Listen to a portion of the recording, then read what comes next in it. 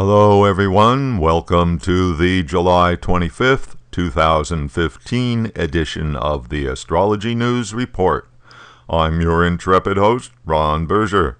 So let's take a look at the upcoming planetary patterns and predictions and see what's on the celestial agenda for July 25th to August 1st and beyond. The big news this week is Venus beginning its retrograde period on Saturday, July 25th. Every year and a half or so, Venus goes through a 6 weeks long retrograde phase. Venus is an important planet. Its significations have a lot to do with what makes life enjoyable. For the next 6 weeks, the planet of romance, agreements, aesthetics, finance, and guidance will appear to be moving backwards through the zodiac.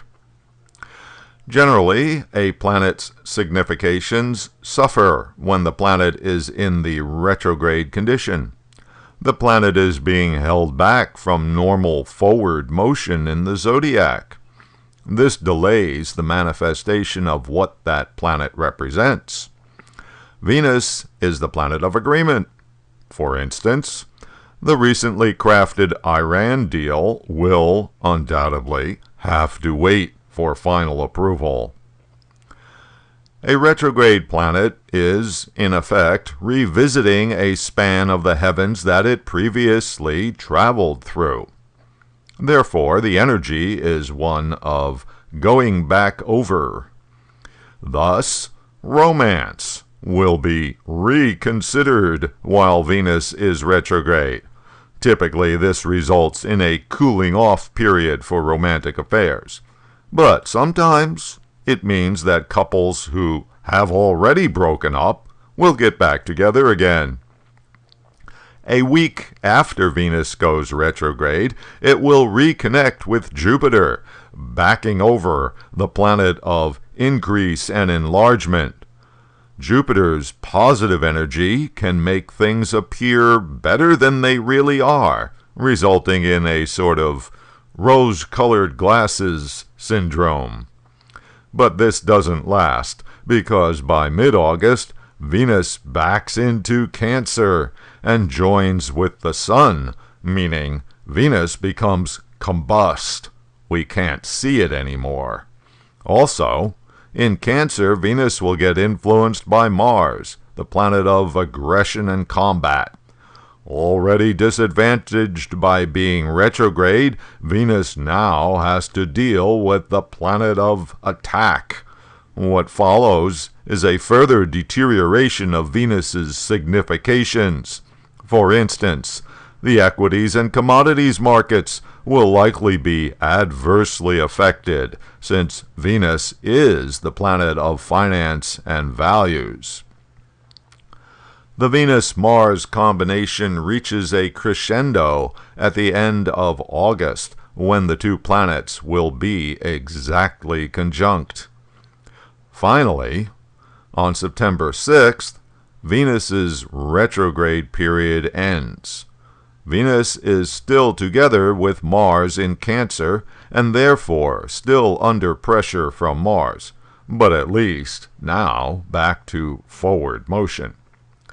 Venus significations gradually return to normal operations, and by mid-September, after Mars leaves Cancer, Venus is able to manifest without interference. So, over the coming weeks, there will be lots of events connected to the Venus situation, and I will elaborate on the analysis as things develop. Also this week, Mars will be changing signs.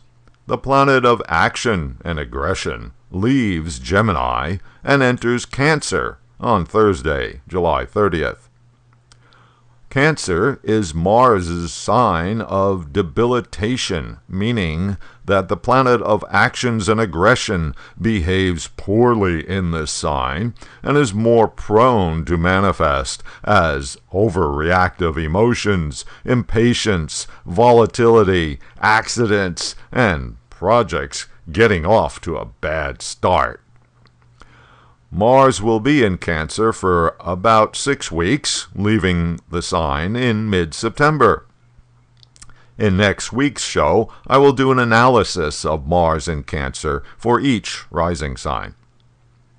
And one more thing. On the last day of this month, Friday, July 31st, there will be a full moon at 13 degrees Capricorn.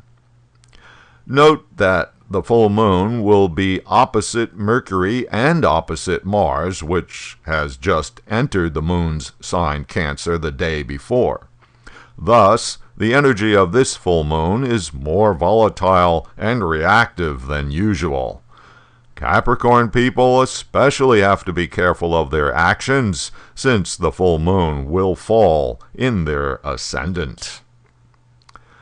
Okay, that'll do it for this week. Thanks for visiting astrologynewsreport.com. I'll be posting updates during the week on Twitter at Astro News Report.